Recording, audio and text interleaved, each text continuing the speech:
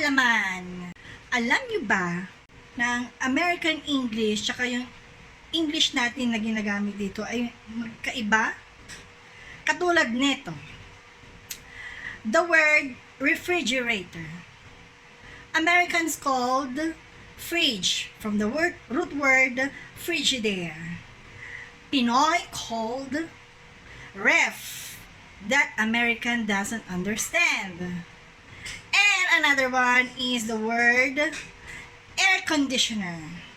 Americans called AC or A/C. Pinoy called aircon, that Americans doesn't understand. Isang magandang araw sa inyong lahat at ito ang inyong katoking ina. Abangan ang susunod kong mga words of the day.